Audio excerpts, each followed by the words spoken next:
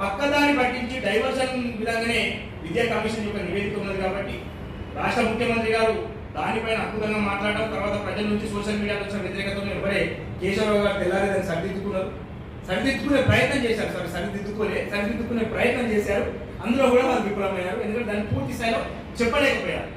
ఎందుకంటే ఫీజు నియంత్రణ కమిషన్ లేనిది, ఒక విద్యా వ్యవస్థలో కొత్త కార్పొరేట్ కాలేజీలో నియంత్రణ కమిషన్ లేనిది, తెలంగాణ రాష్ట్రంలో జనాభా 4 కోట్లు అయితే మొత్తం ఇన్స్టిట్యూట్లు ప్రభుత్వం యొక్క నిర్వహించే 23,000 ఇన్స్టిట్యూట్స్ అయితే ప్రైవేట్ ఇన్స్టిట్యూట్స్ కలిపి 69,000 ఇన్స్టిట్యూట్స్ ఉన్నాయి. అరే ప్రభుత్వం యొక్క నిజంగా ఇన్స్టిట్యూట్లలో పాల్గొంటే ఇన్ని ఇన్స్టిట్యూట్స్ ఎందుకు వస్తాయి? ప్రైవేట్ ఇన్స్టిట్యూట్స్ దీనికి ఎక్కడ కూడా నియమ నిబంధనలు ఎందుకు లేదు, కటాఫ్ ఎందుకు లేదు? గతంలో అనేక ప్రభుత్వాల్లో కొన్ని వేరే రాష్ట్రాలలో కొంచెం ఢిల్లీలో కానీ కొంచెం తగ్గించే ప్రయత్నం చేసినప్పుడు ఎక్కడ కూడా ఇంప్లిమెంట్ జరిగినప్పుడు తెలంగాణ దోసుకొని విద్య అనేది ఒక మాఫియా తయారైనది. 23,000 కోట్లతో ఏం అభివృద్ధి చేస్తారు వీళ్ళు?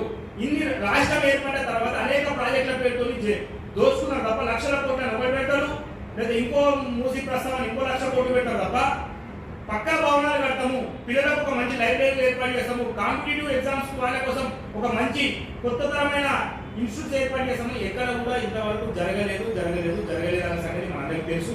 ఇంకోటి ఎక్కడ కూడా ఇంతకుముందు మన ఎమ్మెల్సీ గారు ఒక మంచి మాట చెప్పారు, ప్రయోగశాల చేయాలని పిల్లలనుకున్న ఆ శాలనే ఎక్కడుంటుందో మనకు కనిపించదు అన్నట్టు.